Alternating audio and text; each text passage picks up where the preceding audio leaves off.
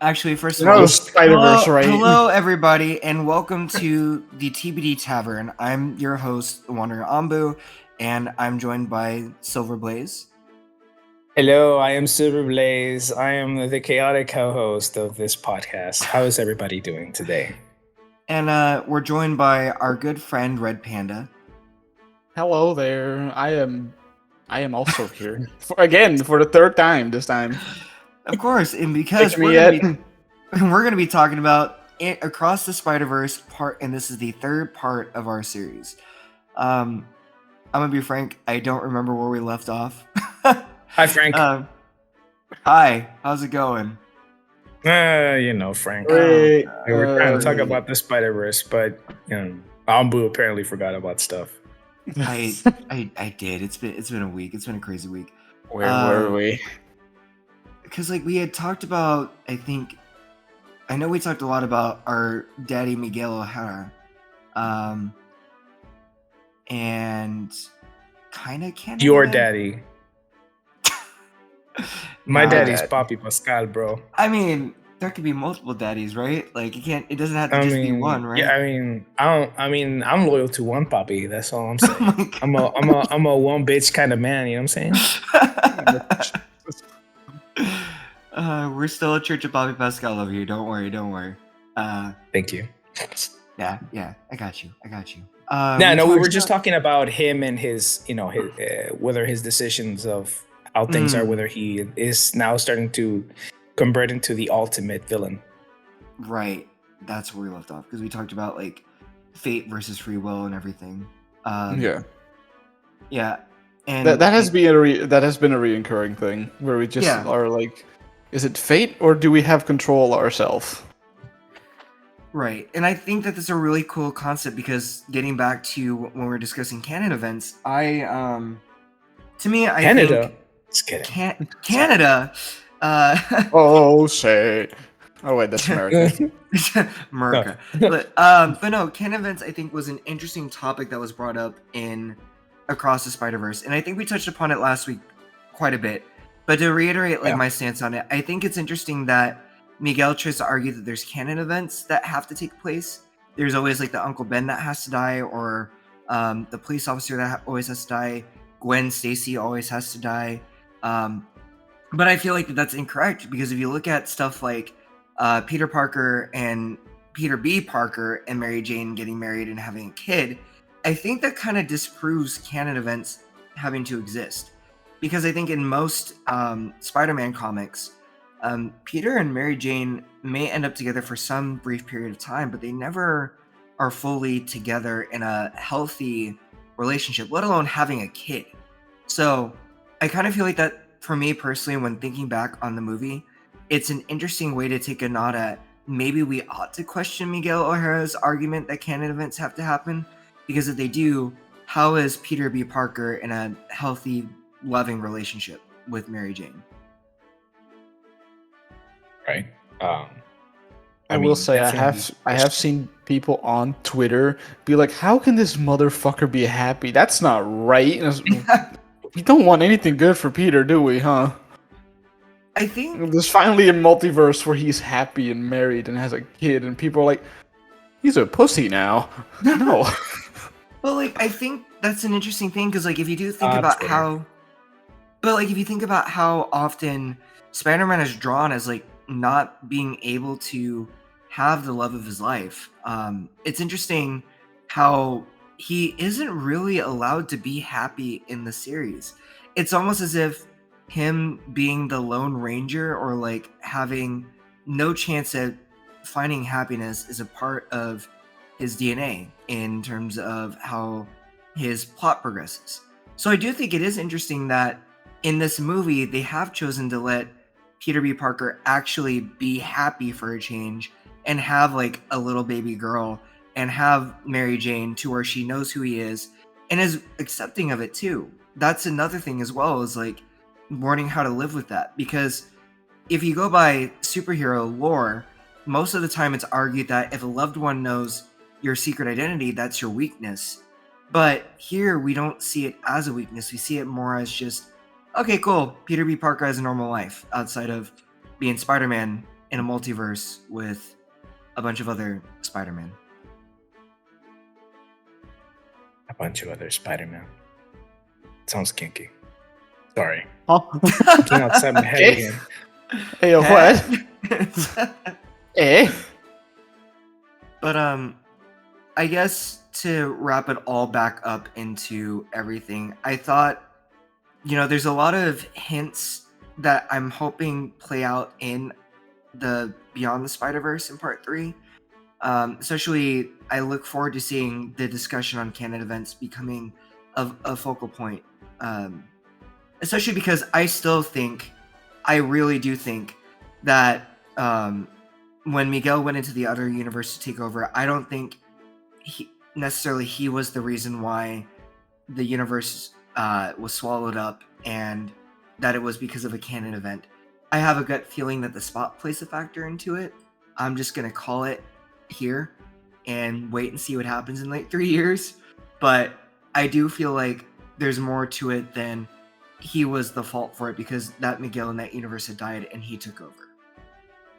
That'd be my stance. It's a good stance. It's a good stance, yeah. Because I feel like we will see more about the canon events and how they actually need to happen. Because everyone has been in the whole Spider-Verse was just like, yeah, it just has to happen. We're not gonna question any of this. And the first time anyone ever questions it, everyone just kind of loses their shit. Like, they've never even tried it. Mm-hmm. And you can argue that when they were in Indian Spider-Man's Moonbatten, that when he saved the captain, Mm-hmm. that then his whole universe is now falling apart. That is because he missed the canon events, but that could also again be because of the Spot, which would kind of show how much of a threat he actually is. Yeah. And I do feel like that's more likely what it actually is. Because I do feel like we see how formidable the Spot is becoming. Like when we talked about the sequence where I think Miles has a vision or something, and we see the Spot turning into like the supervillain that he was. We see multiple versions of Spider-Man on the ground around him, indicating that he has either defeated them or they have been killed by the Spot. So I wouldn't be surprised if it really is the Spot more than anything else. Have you ever thought about that new movie? Have you ever thought about who decided that the word canon should represent or replace the word historical? Like, when people say canon, all I can picture is those big metal things that were in boats, in pirate ships, that would shoot those big brown balls. Like, who was like, hey, you know what? Let's stop calling it historical. That's just historical. No. Let's call it canon. Yeah. But why? Just because it's like a thing that blows a hole in the situation? Is that the reason? Like, what? Who was high enough to be like canon? I mean, if you try to look at it from that stance, what you could also do is when people say like, "Oh, they're missing the canon events," basically, come on. I was trying to bring it back. Like, well, they're calling it a canon event, and if you break it, there's actually a hole in their universe. You know? Oh my god! But then it's in a plot hole. Oh my god! Technically, but you don't have to say it. I guess their universe is a plot hole since we got a giant hole sucking up Moonbatten. Or I mean, there's also the argument that people say origin story and they don't use canon, which is another one that's interesting. Because like, you're right. I think it's interesting that we don't use historical, but I think one of the reasons is because with how long a lot of the superheroes have been running, and the events are happening repeatedly, but in different eras and like time periods. I think it's weird to say. I think maybe it could feel weird to call it a historical event because it's different eras of like Spider-Man or Batman, and like in every era there's a new retelling of, like, for example, Batman, his parents being killed by a thief, which has turned into the origin story of the Joker, or Peter Parker with losing Gwen Stacy, and how often that's changed. So I would feel like maybe and why not say origins instead that of is true. canon? You got me there. I don't know. I mean, I like using origin a little bit more. What do you think, Panda? God, stop making this difficult. I'm sorry. I'm just being chaotic. But you know what, listeners? By the way, no, I'm not high. Just to answer that really quick in case that's running through your head. But two, a good way to not miss out on any sort of plot holes and to make sure that you're historically keeping up to date on Why are we our saying plot historic? and not finding any sort of plot holes on these episodes. Make sure you are definitely following us on Twitter on the TBD Tavern, please, when you get a chance. So you make sure you know when these episodes are coming on. But no, continue, guys. I'm sorry, I didn't mean to derail. Subscribe button. Don't forget to like subscribe us on Spotify. It's a canon event. You have to. Slap it so hard like O'Hara's booty. Like you picture it's O'Hara's booty, and you just want to slap that follow, slap that subscribe button. Make sure you turn on that notification too, please. Okay. How fast do you think you would be killed if you spanked Miguel O'Hara? Oh, dude, it would be worth it. Maybe, hopefully, like, and not to be dark, but like the people that just died on the submarine, to the point where my brain, it was so fast, my brain didn't even capture the pain. But I would have said worth it. Probably, if I could squeeze out that last word, it would have been like. Oh my god! You just see like the mouth, like saying mouthing "worth it" like in the background after the massive slap. Yeah. Okay, but I'm sorry, I brought that up. I just had to. No, you're good. But I can tell you. So I looked up canon, and so. What it is that actual canon? So canon is a term that originally was used in religion to refer to which books do we think are divine and are part of the sacred text, and which ones shouldn't be included. So it's fuck you, religion, of course. God damn it. Right? Sorry. So God. no, you're good. So like basically, it's the argument is like what stories count towards their origin story versus which ones don't. So it's still like you could argue that you could say historical, but it gives it a more like I guess like. Do you know how much it invalidates religion that it came from religion? That they're saying that to them that we have the word canon. Jesus is in this world. It's not canon. He actually was a Terminator that came from another universe. That's what's canon. What the fuck? No, dude, but that's crazy though. Like, really? That's where canon came from? That's what we've been using for like comics? That's wild to me. Comics are religion. That one just blew my. Oh my god. Comics are religion confirmed. So, getting back to your high analogy, could we imagine the person who came up was just like, bro, what if like we called it canon? Because like comics are sacred text, bro. And then just be like, bro. I hate it. You hate it? That's hey, the Bible, the Torah, I mean, all these things could have just been the way that people did comics back in the day. How stupid would we feel if that was the truth? Okay, I gotta shed light on something real quick. So I grew up in a Christian household. No surprise. And one of the things my parents tried to do to get me into the Bible was they bought me a comic book illustrated version of the Bible stories. So we're talking like it was this big hunkin' like 800-page book. It was like one of those very cheesy like Noah's Ark on the front. I think it was like the Illustrated Bible or something like that. And it was literally like a Silver Age comic with retelling the stories from the Bible. My parents figured, well, our kid likes comic books. He got it from his dad. Why don't we get him a comic book of the Bible?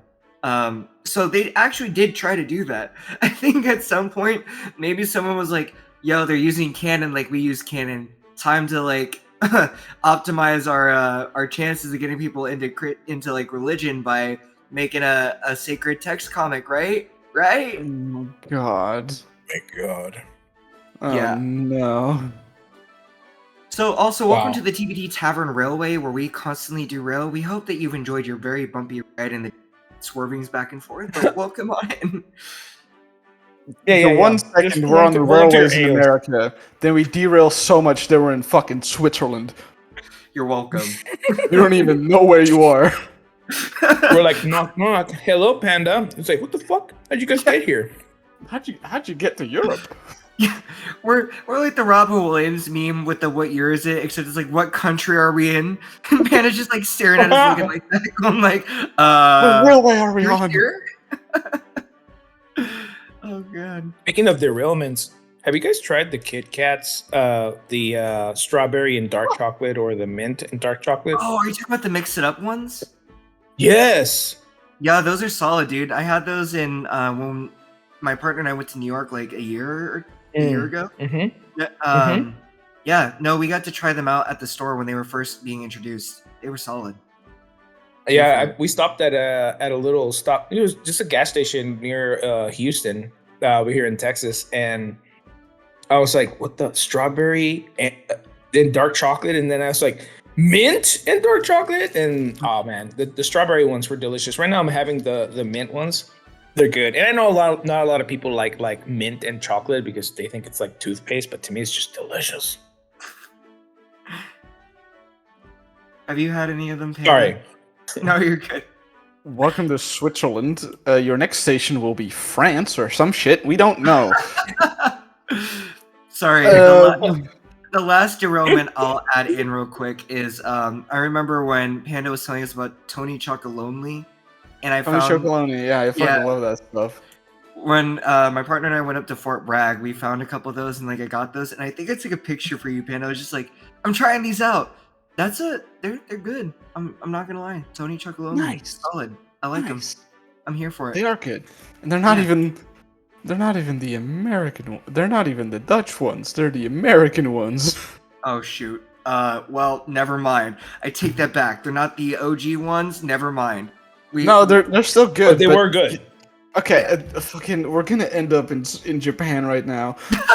Good. Let's go. Do you know why American chocolate tastes different than European chocolate? There's something that they add to it, right? I forget what it is. There's a certain fermenting process that the chocolate has to go through, but the Americans were lazy and didn't want to wait, because America, and they added something to it, which made it more acidic. So if I were to taste chocolate from America, I would basically, for me, feel like it was vomit. It would taste to me like it was vomit. So sometimes when Americans come to Europe and they eat chocolate here, they're like, "Oh my god, this chocolate is so much better. What the fuck is this?" The reason is America lazy. America lazy with their chocolate. Yeah, we could talk about it off the podcast, but I think I know what the ingredient was because there's a myth and then there's the actual one that they use. But to get back to where we were with discussing canon events and talking about Miguel O'Hara, I really enjoyed the how it all came about in the chase sequence with Miles and the symbolism of like Miguel versus Miles and like in their stances, and also kind of like how everybody falls behind because they just are following Miguel in kind of, which I guess we could argue is kind of like assumptions and also beliefs. They've just assumed that what Miguel has said is correct in the dangers of something without actually testing it themselves, which is a very valid argument. So I'll give you that, Silver, for the earlier conversation. I don't remember, but that's right. I showed you. Haha. when we were talking off the I sure showed you. recording, when you were talking about logic, like data versus assumptions, and how applying that to everybody in the Spiderverse, how nobody was really willing to test that because Big Daddy Miguel said that was the case, and then they all just kind of went with it. So I think the symbolism is interesting, and how everybody else is falling behind, Miguel is standing firm in his beliefs of that's how it is, versus Miles saying, nah, I'ma do me, and then tries to disappear. So I thought that was interesting, of like, kind of like imagine that. Imagine people just following what everybody says that should be the standard of what things are. That's crazy, right? I can't imagine that. That's so crazy to me. I said that ironically, by the way, listeners. Yeah. But I do think it was interesting. I really enjoyed the twist, though, when Miles tries to go back home. Like, that was such a good twist. Where he ends up in the... Yeah. Can we can talk spoil, about spoilers. I think it's gonna be well enough from when the movie came out, so we should be good. When they were in that universe, because Miles is obviously very panicked at that moment, there were certain sounds. Well, the sound of the music and all the voices and all the sounds. My partner fully geeked out about how the sound design was happening at that moment. Because it's because the voices kind of switches, or they kind of go around, or at least where I was and what theater I was, the sound kind of goes around. So the voices kind of spin in or they should feel like they spin in your own head onto how Miles is feeling at that moment. So panicked, afraid, adrenaline rushing, and you could just hear the voices all around. And my partner found that a really interesting sound design point. Yeah, I mean, that's awesome. That is pretty cool. I don't remember it too well at this point, but I know that it definitely had a certain level of immersion in certain spiraling moments. But goes to show, man, the talent of or the impressions that just simply audio can give on top of the brilliant animation that the movie already had. I think a lot of people undervalue soundscape and sound design for any sort of medium. Real quick, I know I don't want to derail it. I just want to use an example of something. Your partner brought up. Oh, look, we're in Mexico now. Yep. Hey, welcome. Hi, everybody. But no, Bienvenidos a todos. Your partner brought up the sound design and how it's supposed to symbolize Miles with his panic and everything and trying to rush home, not knowing where he was. And I think also that came in with the way that the shot selection too was kind of it was supposed to look familiar to Miles because he was kind of on autopilot. But one of the examples I wanted to bring up was you think about a game like Dead Space, right? So Dead Space, with their sound design, what they did was they played with the player's expectations and anticipation. So in horror games or in horror movies, whenever the music begins to swell and begins to grow and get intense, you're often right when it climaxes, you meet a bad guy, or you meet an enemy, or you meet whatever it being they're facing. Something is about to go down. Yeah. But in Dead Space, what they would do is they would build up the music in places, and then nothing would happen. So your fight or flight response was triggered to where you're getting ready to do whatever you need to do, and then it would kind of calm you down, and then the necromorph would jump out of a vent going surprise, motherfucker, and then just run up on you, and you're just oh, I had assumed nothing was going to happen. That's nice. And so the game would kind of put you in positions like that, or you would hear voices whispering in your ear, thinking that something was going to happen, and then it wouldn't, and then you'd see what you think is a dead body on the ground, and you're oh, okay, I could just walk by it, and then the necromorph's aha, got you too. No, none of that. Surprise, bitch. So I think that's what that made me think of, is it's really cool how sound design can really dictate the feeling in a scene or a sequence. And for your partner to catch that, I think is really dope, because you're right, it did kind of create the frenetic, crazy tone that Miles was going through with his panic and his anxiety, because he was just trying to get home to make sure his dad was going to be okay, because of knowing what the quote-unquote canon event was going to be, or the historical event was going to be, and what was fated for his father. And so it really set the tone for the big surprise when he finds out where he actually is when he meets his mom. And that part was gut-wrenching to me. When he meets her and he realizes that he's in Universe 42 and not in his own universe. The animators did a great job of giving hints that it wasn't his own place. I don't know if you noticed, but I think his mother's hair was a lighter color. Her eyes were a different color as well too.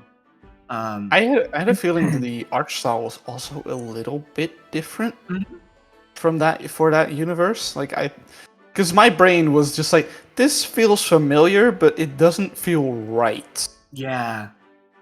And also the fact that she instantly said, "Did you change something with your hair?" while the whole movie had the same hair. Yep.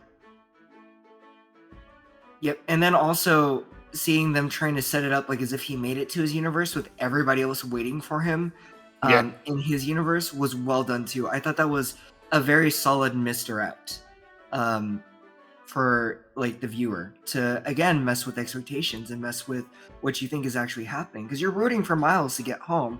You're rooting for him to make it to his family so he can save them.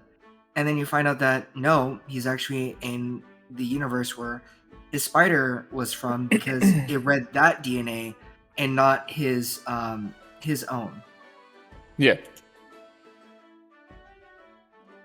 It's such a good movie, and you could just talk about it for endlessly with the little details that are in there.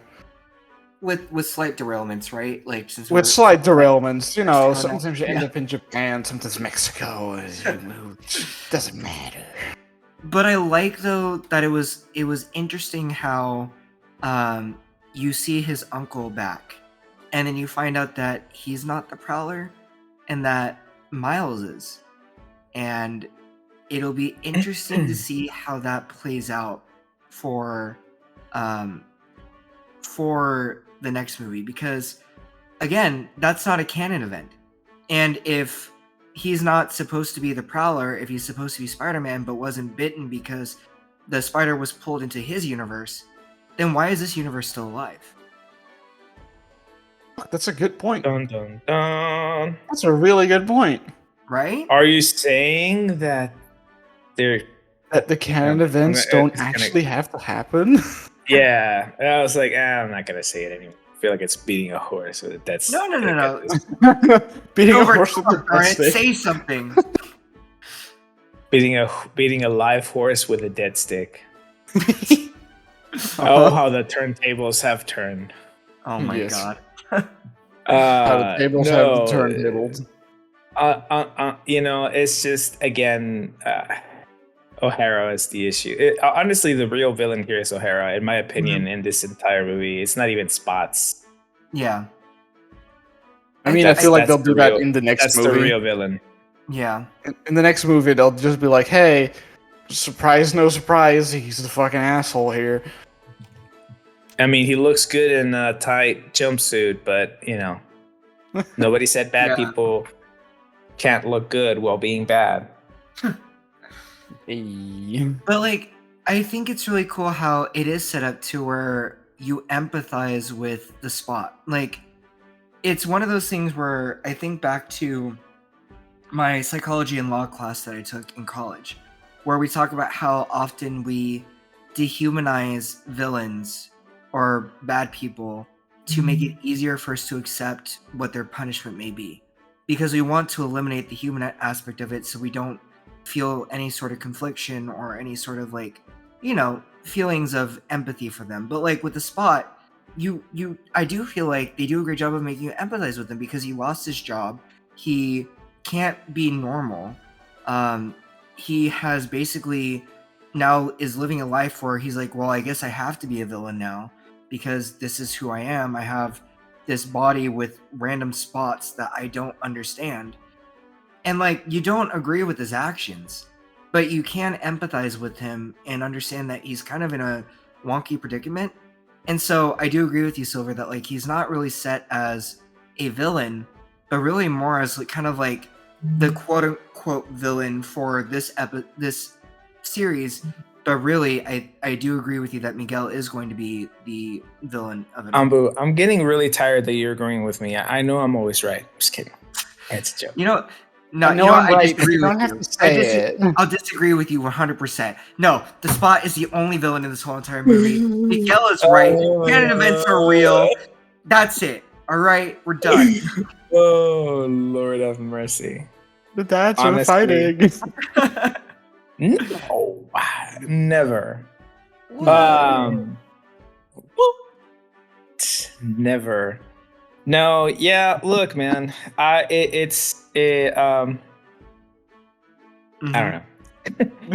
You already agree with me, so again. I already said it correctly the first time, so I'm not gonna repeat. Just kidding. No, the I know I'm already right, so I don't have to say it. I already know. You know. Ambu said it for me. I don't need to say it. See, Ambu said basically took my words to make himself look eloquent for me. It's fine, whatever. He stole my material. Fucking Ambu, whatever. Fucking An asshole over here. That's really why he always sounds so like tries to sound so eloquent, because he steals my words. I was just trying to be nice on the podcast.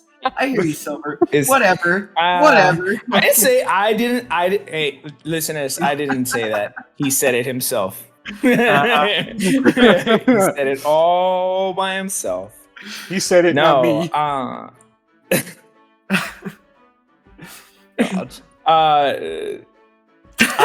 am excited to see what's coming next on the next movie, just to see what happens with the whole Prowler timeline there. I am curious to see how they're going to address Miles's dad going through the situation where he's supposed to die, right? Quote unquote.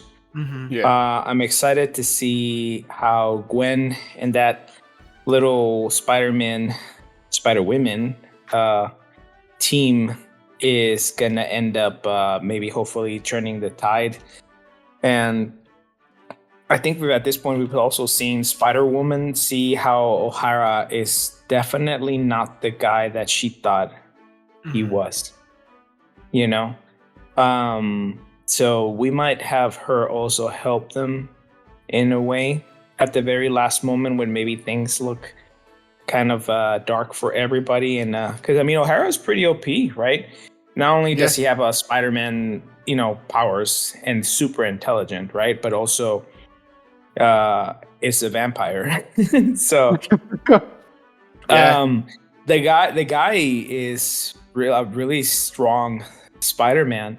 So I mean, he had Miles on the ropes, right? Yeah. Miles only really could run away most of the time. Yeah. Right? Yeah. Without even the need of all those Spider-Man chasing him. So I feel like Spider-Woman's gonna have one of those realization moments where she's gonna turn against O'Hara, is gonna help save Miles. But I just don't see a situation where O'Hara does not die. I don't see a situation where O'Hara doesn't get killed. Or what do you guys think? Because honestly, like, what are the options, right? Send them back to his world.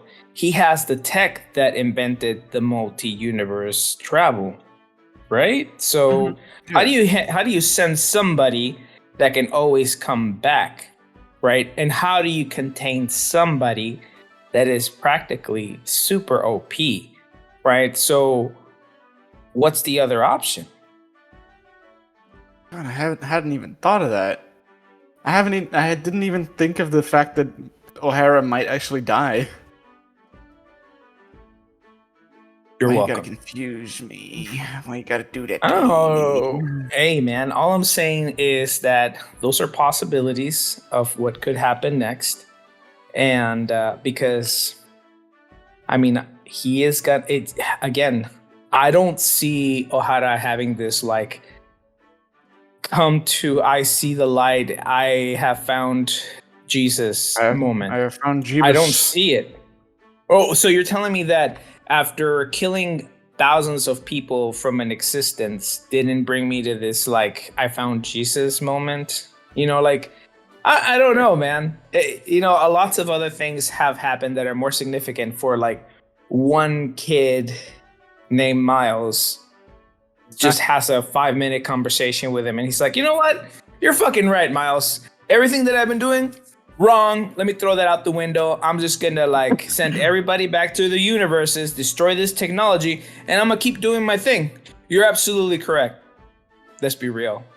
That is not gonna happen. Yeah, he ain't doing that. It also would be, let's be real, a really bad ending to the last Spider-Man movie.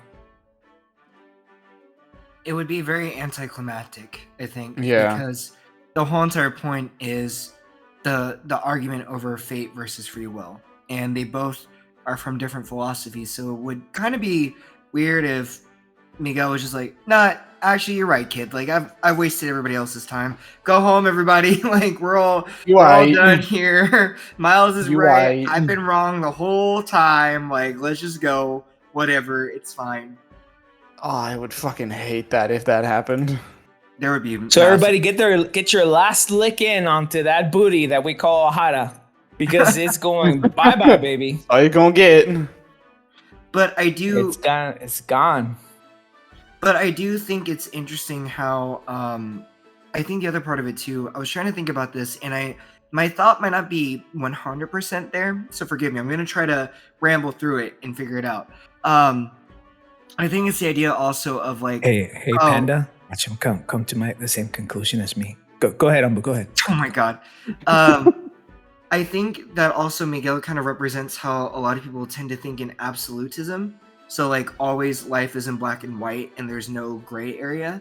So again, kind of like arguing fate versus free will, there's also the idea of like life being in black and white versus life in gray. Like there are some people who believe that if one thing is wrong, then everything else is wrong in that situation.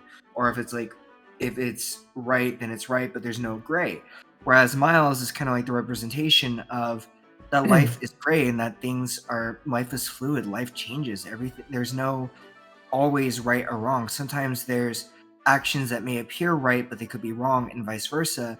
So I think it kind of adds another layer to how I feel like Miguel, because of how things seemed to work in his perspective, which he's like, if A equals B, Miles is kind of like in the, well, A could equal B, but there might also be like B.5 or whatever, or BC or whatever, and there's different ways of going with it, and it's more like it isn't 100% right or wrong, but at least I get to make the choice in making that decision.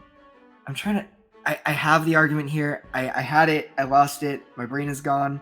It happened. Can you stop being so fucking wise for 2 seconds, please? But I think it's also kind of like showing how there's the false equivalency of correlation equals causation with Miguel, because like for him it was, oh, I took over this timeline, and then this hole happened. Therefore, anytime a character outside of the world shows up in this other universe and stays far longer or breaks an event that's supposed to happen, then therefore that's what causes that universe to disappear.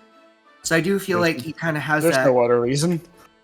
Yeah, totally not. But I do think he kind of shows again with assumptions, correlation equals causation, which is another thing that I wonder if they'll get in, which they will get into in the other movie.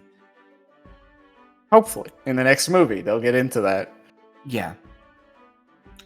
Or maybe not. A third party comes in out of nowhere. A third villain. Actually, what could happen too, realistically, is that like a third villain generates out of nowhere, right, and gives us an entire out of killing Ohara and Spots, right? Everybody just like kumbayas together, and it's like, hey, you're not so bad. Hey, we have things in common. Hey, we can make things work because this bad guy is worse than everybody else. So we have to now all team up together to like fight this one bad person, because then after we beat this one bad person, everything will be back to normal. That's usually the scapegoat. Yeah. Sometimes honestly, too. if they do that, I would fucking hate it. But I wouldn't be surprised if they do that. I'm not gonna lie. Please don't. Why? Well, Because you know Mhm. why? What happens? What happens with Marvel? Anything DC, anything that has toys that can get generated. It happened to Teen Titans. It happened to Thundercats. It's happened to a lot of franchises, right? Toys set the pace for a lot of films, series in the industry. Video Right. game. So Yeah. if we love O'Hara so fucking much that we can't kill him. So I'm just saying. Basically, listeners, quit being down bad for O'Hara, all right? Let us have this. Let us have this battle, Quit. damn it. Let it happen. Let him die. Let it No. die, let it die, let But it shiver up and down. But I do think you're right, though, Silver, in that like we do see that a lot in comics. Again, You think stop it. No, keep it going. No, but let me layer it on. Let me layer it though. Like we talk about, yeah, give me the cake. the death of Superman, right? Like Superman didn't die, but DC sold it as the death of Superman, and they made a lot of money off of that. They made a lot of like profit off of selling it as this was his goodbye. This was like his, farewell. And then months later, they wrote him coming back because, Superman didn't die. He just had one heartbeat per every 7 days and was in super recovery mode. And now Did they do that? They did, pretty much. You think about like how Wolverine has probably died several million times over, and yet he always comes back. I mean, we even have it in the movie like Logan, for example. That was supposed to be Hugh Jackman's last Wolverine movie, and now he's going to be in Deadpool 3. Like, Yeah. clearly he didn't die, or like that's a timeline where he eventually gets to, and even that gets wonky because if you're not writing stories in linear chronology, then there's going to be a lot of like plot holes, or like the holes like in Spider-Man Across the Spiderverse.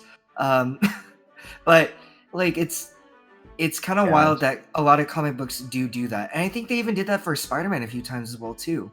The only Go ahead, finish your thought. The only thing I was gonna say is the only exception has been I've seen is Deadpool, where Deadpool quote unquote died, but then like he got with Death and got married to Death, and then they had like a loving relationship. Oh yeah. Yeah. And then Death cheated on Deadpool. Yeah. God, Jesus. Anyways, Comics are so what I was gonna say, weird. what I was gonna say was that the multiverse thing, the whole like thing, there being an alternate of anything, is ultimately like humanity's inability to accept that things come to an end. Anything that starts has to end so that something new can start. In my opinion, the best thing that came out of after Spider-Man dying, or us moving past Spider-Man, was Miles Morales. That was the evolution of Spider-Man, which was the correct way to go. Years ago, when Miles Morales when the series actually came to be, before everybody was like, oh my god, Miles Morales, Latino Spider-Man, so cool. He's been out for the longest times, guys. It's been like more than, I think it's been a decade. But yeah, it's been out for a while. Here we are, Zoomers. Here you go, Zoomers. I was like, they finally learned how to read. So past TikTok. So they were like, what is these cool things? They're called comics? What? Yes. What are these? Yes, Zoomers. Okay. Yes. Yeah. Turns out, if you read, you can find cool stuff. Not everything is on TikTok. That takes 30 seconds to a minute. So Wait, what? No, that can't be right. Yeah. So look, there wouldn't. I love. Don't get me wrong. The animation has been amazing. The storytelling, the different versions, very cool. But it's broken because, again, people can't accept that things It's just, that's how nature works. It doesn't matter who you want to be in life. At the end of the day, no matter what sort of race you are, what language you are, right? Or how do you choose to identify yourself, or the person you choose to go to sleep with yourself that night, including yourself or the other person. That came out sexual, but what I actually meant with yourself. It doesn't matter who you go to sleep with yourself, like in your mind, who you are. Everything comes to an end. Everything ends, and we have to always do our best every single day to just live. Enjoy. Live, laugh, love. Stop hating. Enjoy. Live. Contribute. Develop. Evolve. Leave something of you behind. And that doesn't mean leaving a kid. It could mean this person, Panda, developed the most amazing types of dishes, and that is going to be his recipe book for the rest of his life. And his legacy will be remembered by that way. Ambu will become the greatest writer in American history. This Asian American individual left this footprint, right? Those are amazing ways to leave a part of you in humanities, like history and society. But again, just follow that flow of life. But this whole multiverse thing, they're cool thought experiments, but at the end of the day, they're showing us that the multitude of them brought together ends up breaking everything, and there is no right or wrong. So because there is no right or wrong, it just breaks it even more. It's so broken. And at the end of the day, no matter how they choose to end this, it's going to end in a way that is unsatisfying for Panda, for Ambu, and for Silver. Except for the animation. The animation's been great. And the music too, guys, by the way. Very cool. Animation's pretty neat. Well, but that's because that's been like a creation, because music and the animation has been a creation of something that has progressed, right? That started from being created to it came to an end, right? So, but whatever. Go ahead. What were you saying, Ambu? No, I was just saying, damn, Silver, hyping Panda up with their dishes and everything they've made. Trying to say I'm gonna be the greatest writer here. I was gonna joke and talk about how you've got a legacy of that tweet, but no. Don't bring it up. I'm out. Don't do that. End of episode. Goodbye, guys. It's been an episode. My ale is over. I'm just. Like and subscribe, please. Barkeep, my tab. No, Barkeep, keep it going. Kitty. Can I have my tap, please? These people are crazy. Close me out. I'm out. No, these people are screaming and everything. Disrespect. I don't know what's happening.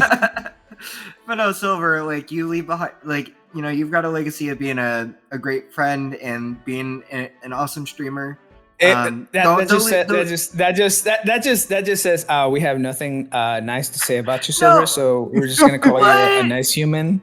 That shouldn't be a requirement, people, to be nice. That's a standard. That should be always a default for humanity, guys. Default should always be just being kind to people, not that's what I never understood. Oh my. It should not be. Can I try to put the stream back on the track, or should I just, Sure, go for it. Because this is also the same. It's because we've come to the conclusion at this point, right? We've reached to the point where, the Prowler story, Gwen and her spider team, Spider Woman, and realizing that O'Hara's nice booty might not be the justice of booty or the booty of justice. That's pretty much the end, He's man. a bit of a bitch. Oh man. Okay. Well, shit. Now can I have my tab, please, Skitty? Please, thank you. Since I need to go. I already paid it. I already paid it. I'm paid. Listen, even if real quick before Panda brings the train back from diving underwater to go see Rapture, look. I know that it should be the impetus for humans to be nice and to be kind, but Silver, I think also what I would like to say is you go above and beyond what I think most people will do or tend to do or are willing to do. I, without going into too much detail, what happened, like, stuff when I was going through some stuff, you were very much there, consistently checking on me and what I was doing.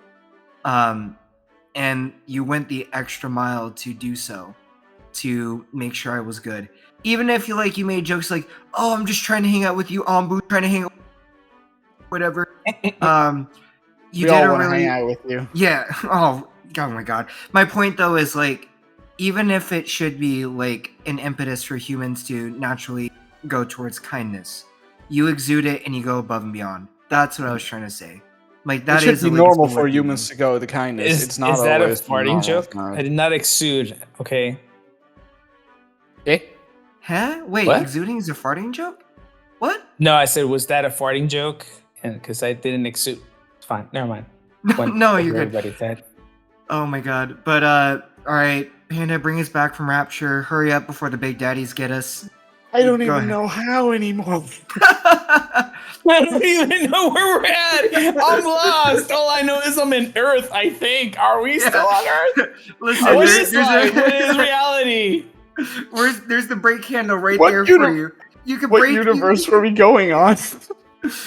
I guess to get back into the whole entire story, I think, yeah, I do think it's showing.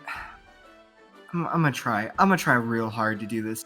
I think it kind of shows how like crazy it is when we think of how things break with the multiverses and thing.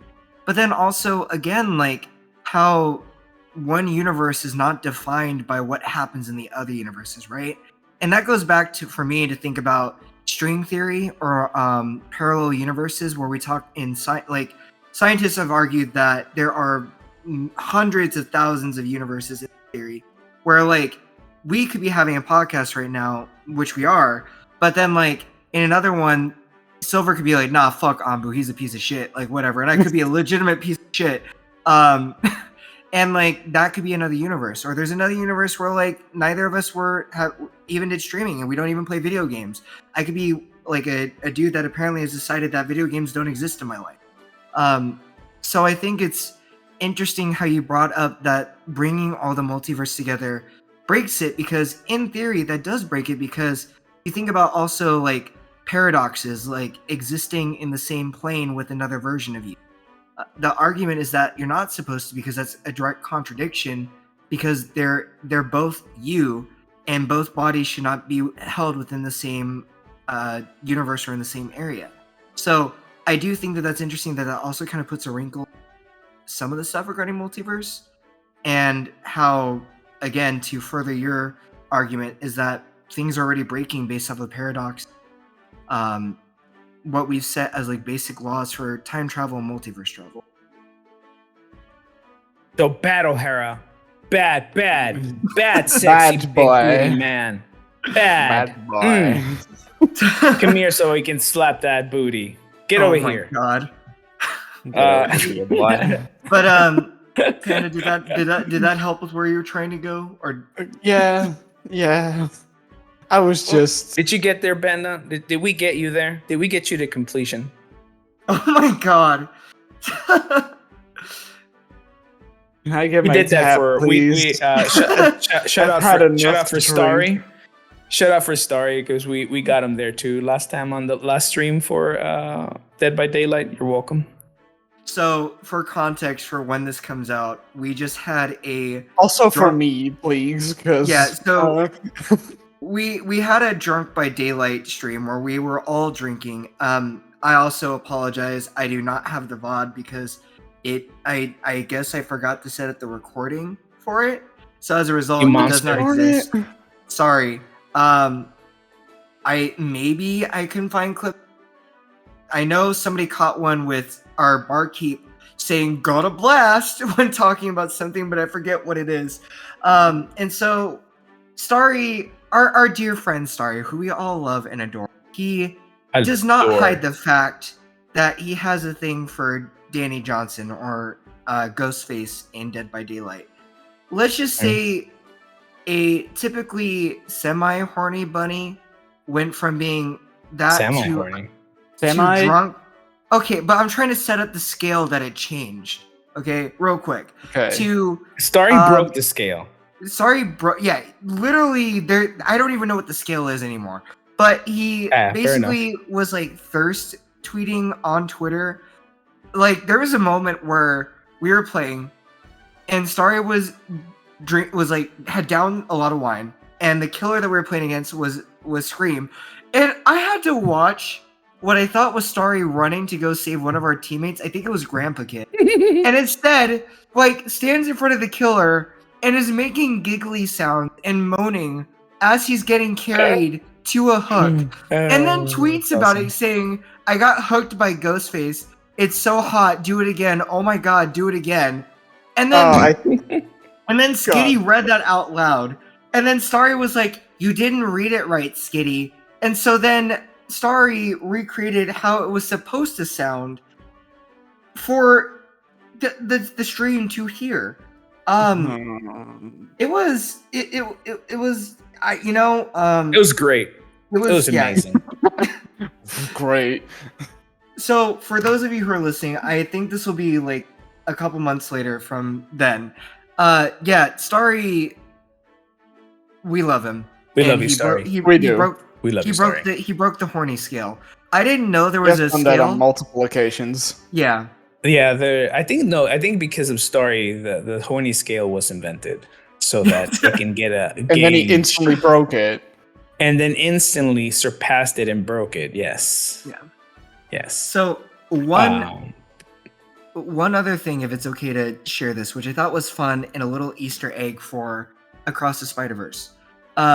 Miles Morales, I think, was introduced as a new Spider-Man, and Miles Morales became so popular at that time that I believe Donald Glover was picked to be Miles Morales in a potential live action, because Donald Glover is like a 40-year-old dude who still looks like he's in his 20s. He could be Miles if he really wanted to. And I think he was like 30-something at that time. But anyway, that's beside the point. There was a whole backlash about a new Spider-Man. And people were like, Spider-Man can't be black. Spider-Man is Peter Parker. Spider-Man is all this. And it ended up not happening. But I believe they also said that Miles was based off of Donald Glover too. So I thought it was cool that they did that, along with I think he was in one of the Spider-Man movies as the Prowler, as the uncle, saying like, yeah, my kid grew up liking you, or like my nephew grew up adoring you, or something like that. And it was really fun to see him as the Prowler in Across the Spider-Verse, as one of the ones caught from one of the dimensions, and he's just vibing in a Prowler suit in Miguel's like prison system that he had. I don't know. I thought that was a cool callback to the creation of Miles and like the story of getting Miles to where he is now. Cool. Yeah. No, and it's just, to me, it's just stupid that like Miles Morales got attention only just recently. Like again, Miles Morales came out back in 2011, guys, and as a Latino who did not have a lot of superheroes growing up to relate, which you guys could probably relate, right? There's a lot of superheroes in your nationalities. It was so cool, but nobody thought it was cool back in the day. Everybody was like, it's not going to make it or whatever. Well, fuck you. It's been a decade later, and guess what? Guess what, bitches? That's right. A Latino, half black, half Latino, is right now one of the best fucking superheroes in the Marvel fucking universe. Okay, the best one, I would say. Spider-Man will always be the better superhero in Marvel. I don't care about Miss Marvel. I don't care Iron Man. No, dude. Like, Spider-Man again and again has always shown to be the smarter and the better and the more powerful superhero in the Marvel universe. Like, even Captain America can't really fight Spider-Man. Like, let's be real. No. Imagine having the brains of Tony Stark, okay, and the super strength of the Hulk, or more than Thor. Come on, and the comedy of Deadpool. Like, guys, Spider-Man is the superhero that should represent always Marvel. There's nothing better than Spider-Man. I will say something about Spider-Man. Spider-Man constantly needs to hold back on how strong he wants to, on how hard. Yeah. He There's always a universe where a Spider-Man actually stops holding back and he actually joins forces with Wolverine and he turns dark and starts killing people. Oh yeah. Because he stops holding back. There's also the comic, the Superior Spider-Man out there, where Doc Ock takes over Peter Parker's brain, and the first thing he does is punch the jaw of Scorpion, in which that moment Doc Ock realizes, oh, I could have been dead. Yeah. Many times. Yeah. This kid held back. Eventually, Doc Ock eventually also releases the body back to Peter because he couldn't defeat the Goblin King. No. Right, which is Green Goblin bringing this entire army and becoming the Goblin King, because he realizes that even though he always thought he was way smarter than Peter Parker, in reality he wasn't. In reality, he wasn't any better than the actual Spider-Man, who, by the way, has always been working with a cap on. All right, he's been capped all this time, guys. He's holding back every single time. Yep. He had to release the body back just so that actual Spider-Man defeat the Goblin King and actually get shit done, because he couldn't do it, even though he thought he was so goddamn fucking smart. He couldn't do it. True story. Yeah. Shoot. I don't. Oh yeah, you would know this, Zoomers, if you actually read comics, by the way. Dang. Okay. I think I am part of the Zoomer generation, and I still know that. Are you? Oh. Pick up a book. Buddy, Okay, real quick. When does the Zoomer generation start? Let me put it this way, Silver. I think, Panda, didn't you say Black and White was your first Pokemon game? No. Wait, which one was it? Give me a second. Diamond and Pearl was my first one, I guess. Yeah. That was like, yeah. That's Zoomer right there. I'm Gen Z. I'm just putting it that way. Let me put it that way. If you're born That's between Gen Z 1997 and 2012, you're a Gen Z, according to Google. Yep. My first Pokemon was blue. My first one was Diamond and Pearl. Yeah, mine was red and blue for sure. So my first ones I could actually enjoy was, I think, either X and Y or Black and White. We played our Pokemon in Black and White. Because I was not able to understand English. Yeah, that's understandable. But I kind of felt like that. You meant that you played Pokemon Black and White. I played Pokemon in actual Black and White. No. I played the games Black and White. Yeah. Oh, okay. So I was like, oh, I was just trying to put a frame for Panda being a Zoomer, because yeah, it's all good. No, I know I am. All right, shut up. But like it is interesting. Just in general, like I think I really enjoy one of the things. I'll just go this route is I really enjoy seeing comic books that go with what ifs and different like events for superheroes. Like one of my favorite ones is the White Knight, Batman the White Knight. I don't know if you've all heard of that one, but it's like, what if the Joker actually tries to be a good person? And it's a twist on like Batman and Joker's relationship, but it still holds for the most part very similar themes between their dynamic, but it adds a whole new thing to it, and I've really enjoyed that. I don't know how that ties into what we've been discussing, but there you go. No, me neither, but it's fun. No, it's cool. No, I mean, the point is like, yeah, it is fun to have alternate versions of things, because it's, again, I like what if scenarios, because again, and as you guys have gotten to know me more, I'm all about risk management, because it comes back down to my career, right? The field of work that I'm in. I've always been like that since I was a kid. I was always the kid that was like thinking 20 different scenarios of what actually could have happened if I went to the grocery store, for example, with my mom, What if my mom like lost me? What if something happened to my mom? What if something happened to me? What if the store closes down? What if somebody comes in and like is trying to rob the store?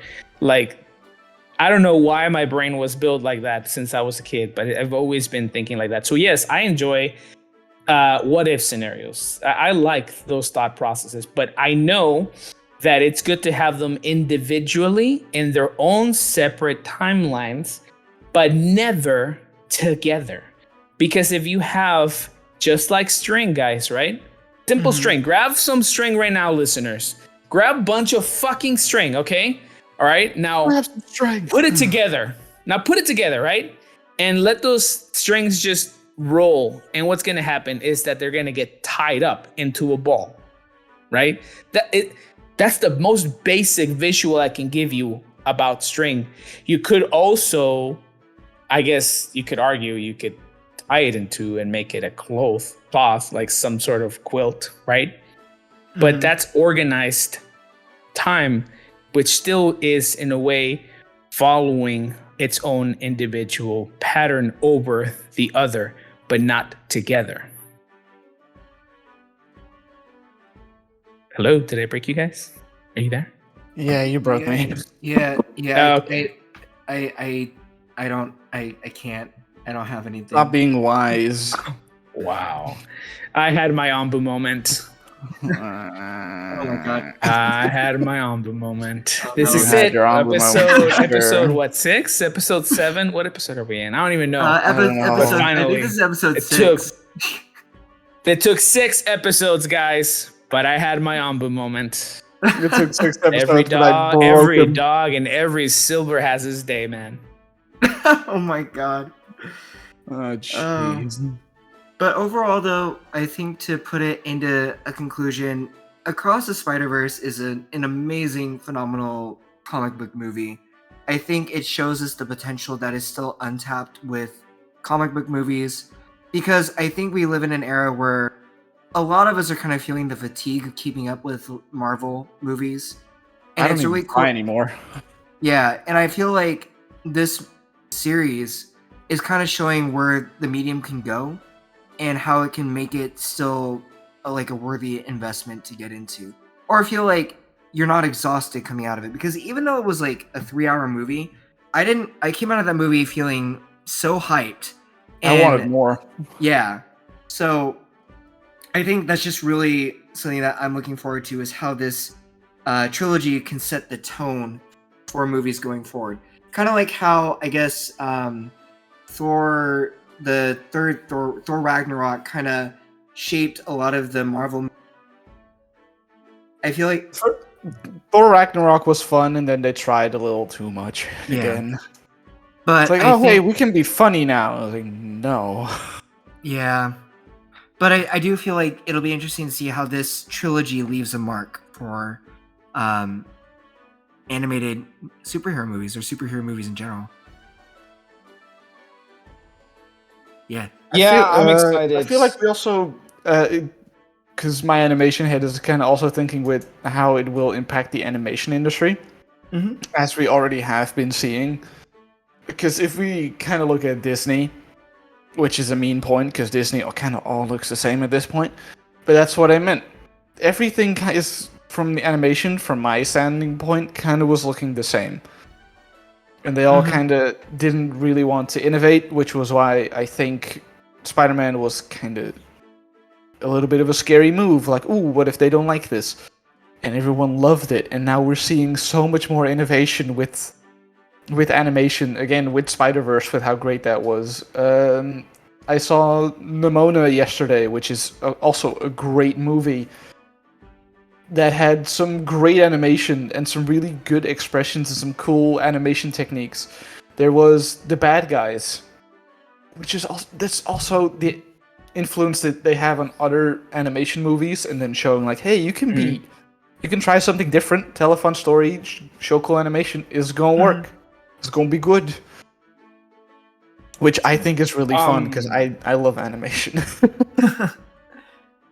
You know which one has been getting a lot of controversy recently? That Suicide Squad anime.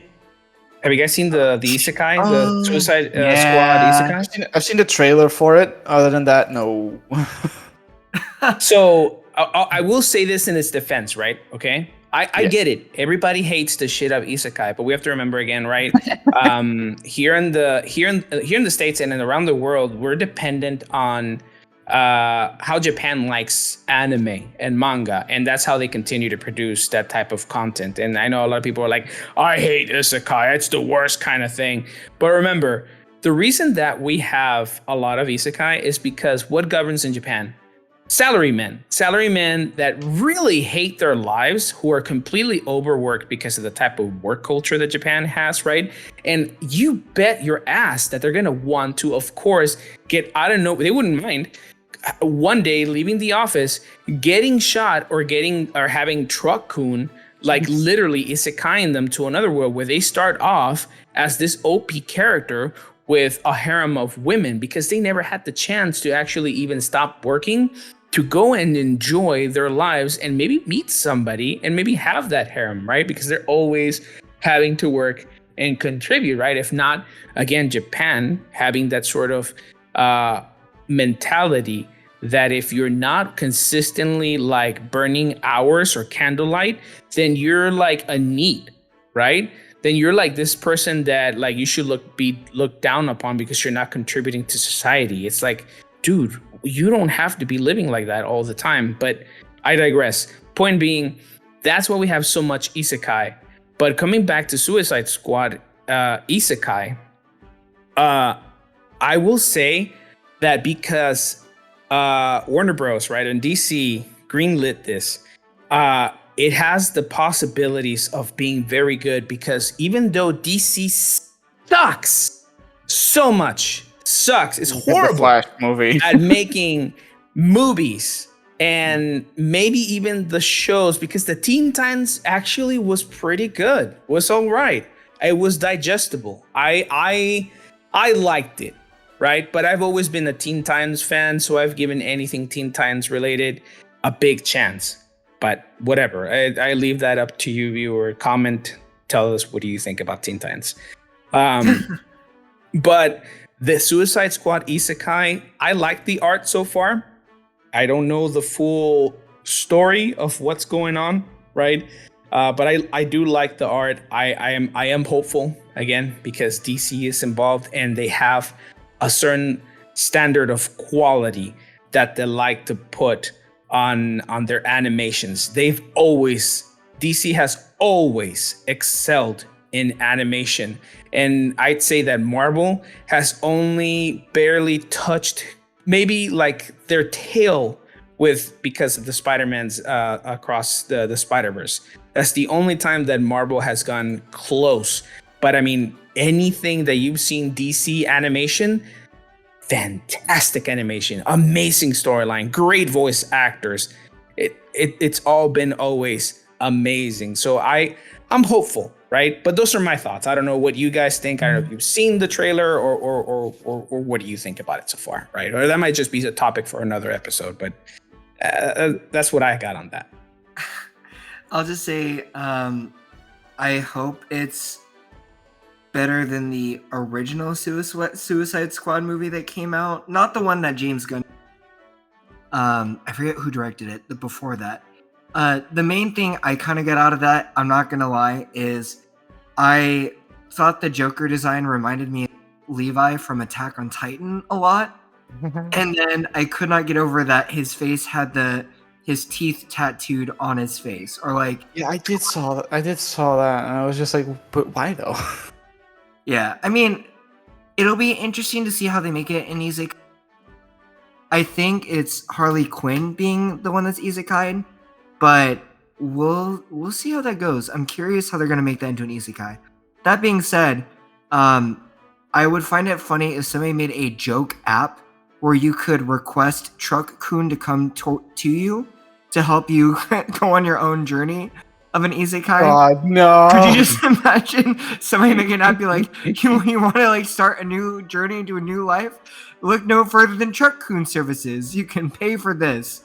Please don't do that. You know, it's Japan. I wouldn't be surprised if that isn't the thing already. I mean, you can already rent a friend, rent a girlfriend. You can rent anything now in Japan. There's apps for that. Yes, there's agencies where you can literally rent almost anything. You can. I've seen some of the content from the Anime Man or Chris Abroad. I don't know if you guys see any of those content from those content creators. But they do Connor. A lot of Connor Sea Dog does a lot of that stuff. You can rent a guy to literally hang out with you all day and not say or do anything at all.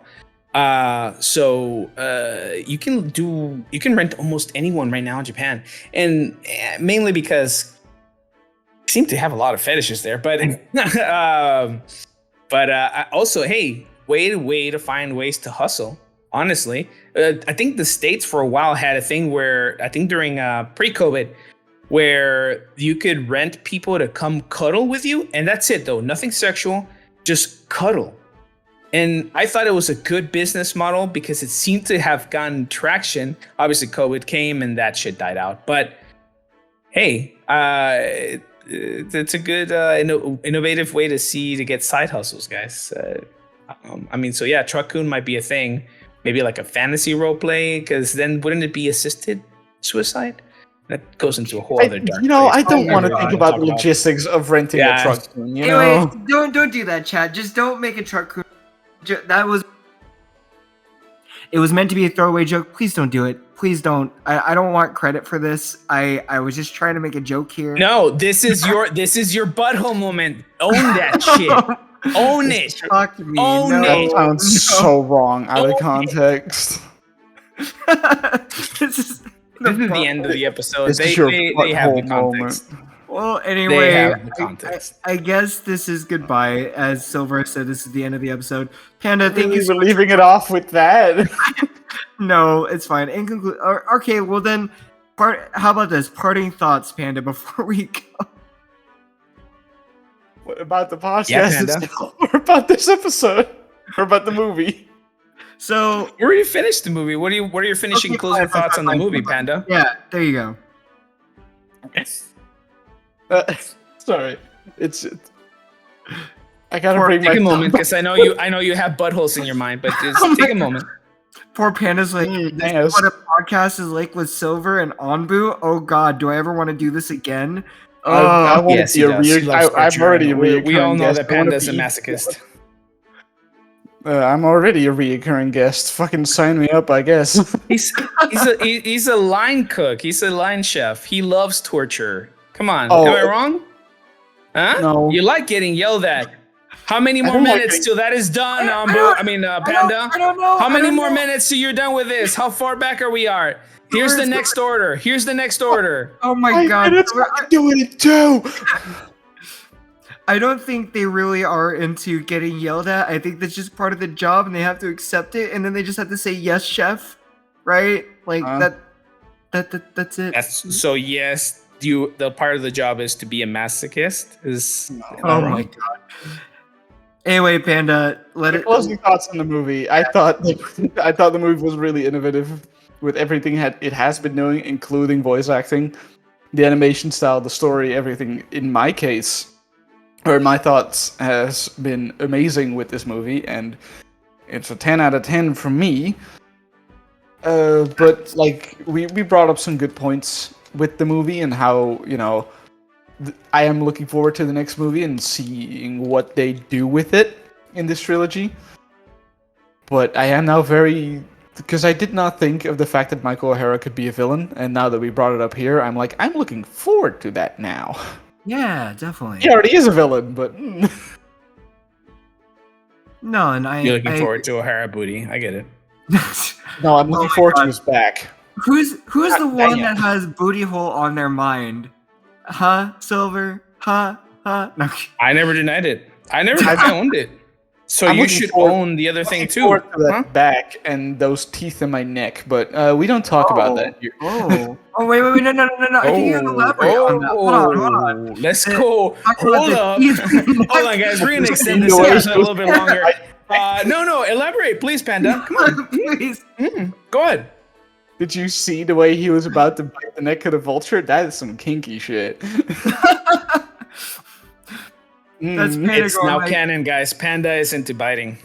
why do I imagine Panda like jumping into the movie, pushing the vulture inside, and being like, "Yes, come here, Miguel, come get me." Me. They're just like, "Come here, Daddy O'Hara, give it to me," and then he's just like, "Wait, who are you?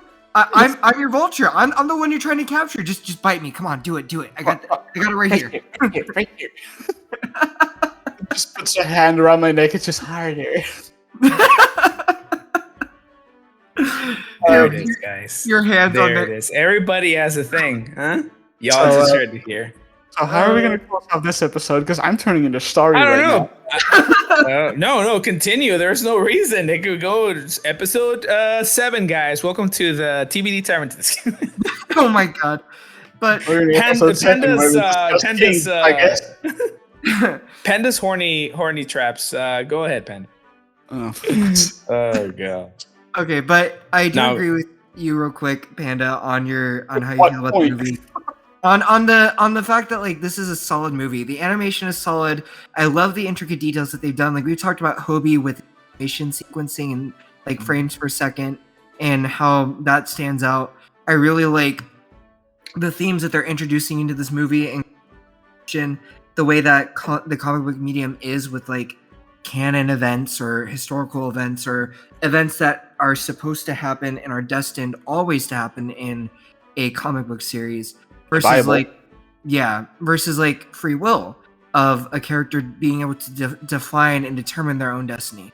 I do think it's interesting that we are seeing, like you pointed out, that a villain that has already been in the works, and they really are already a villain in a way, and seeing that come to fruition in the next movie. There's just a lot of good setup for this next movie, and I'm looking forward to seeing that. And also, really, the other thing too of like the dual identity. So like who you see yourself being versus the identity that others have of you. So perception versus reality. And Gwen's story coming to fruition too, or like more. It was great to see Gwen's story conclude in that way as well.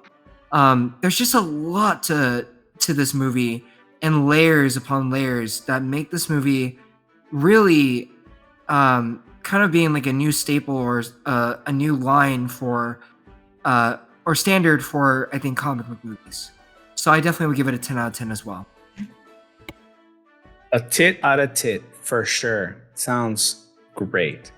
But no, seriously, let's end the episode, and for sure we can definitely talk about this a little bit more on the thirst traps for Panda, because I'm kind of curious. We can have another episode. But guys, just really quickly though, before we end today's episode, check out our Twitter account, right? You can go ahead and look us up by just searching the TBD Tavern. We made a web link where you can click on it, and it gives you really easily for you the 3 different platforms we're in, right? Because you can listen to us on Spotify, you can listen to us on YouTube, and you can listen to us on Apple Podcasts. Your follows, your likes, your comments, even if it's like, why does Silver say so many like weird controversial things? You know, we like it, keep going, or we hate it, don't stop, or we want to hear Panda be more uncomfortable, please continue. Oh, God. Or where does Ambu get all his wisdom and inspiration, right? And will we ever have Pedro Pascal, by the way, our email's in there, so you can go ahead and email us if you ever wanted to go ahead and come into the podcast. I'm just saying you can go ahead and do it. You know, I'm not gonna hate it, whatever. It's not like I really want you. Happy Pedro, please. But if you ever get him, do fucking let me know. Bro, You know, yes, know. we will let the world know. No. But please follow us, guys. Check us out. Stay up to date. We appreciate it. Tell us if this is good or not, right? This has been definitely an enjoyable project that we've taken on, and we want to keep growing. But we want your feedback. Tell us what you like, what you don't like. Tell us what you think about the art that we're going to be posting up soon. What do you want to see more? Please, we want to know. We want to make something cool. We want to make something fun. We're looking into doing things like the live streams, even on Twitch or YouTube or whatever you think would be more enjoyable and accessible for you guys on a regular Sunday, while you're hanging out or with your family. You maybe want to listen to something while you're playing video games. So please let us know. Anything else? And don't forget, we also are going to be setting up a Patreon. So if you want to help us with supporting our goals as well, we're determining we're going to determine tier systems and everything else, but we are looking to jump into the Patreon as well. And also, please don't forget to follow our good friend Red Panda here, our poor torture victim that sat through 3 episodes with us. But they have a wonderful Twitch channel. They're great. They're an amazing streamer. Every time I go in and watch their streams, I feel very relaxed and chilled, and it's a great time. And also check out their Twitter as well. Please go give them a follow. Go check out their stuff. You have been missing out if you have not seen a Red Panda stream. So when I do get the ability to stream. Yes, to see very important chef, very talented chef doing stuff, making foods, making people happy through their bellies, which, by the way, is the best way to make people happy, in my opinion. Or at least how you make me happy. I'll cook for y'all one day. So until the next time, everybody, thank you again for joining us in the TBD Tavern podcast. We really appreciate all your support and being here on this journey with us so far. So until the next time, take care. And don't forget to pay your tab to Skitty, darn it. We know you people who aren't paying your tabs, right? We keep track. Stop. Seriously, guys, pay the barkeep. She does good work, all right? And she has to put up with our shit all the time in our Pedro Pascal thirst comments. Yeah. So yes, please pay her. She does good work. Give her money. Give me your money. Take care, everyone. Give her money. Bye. Bye.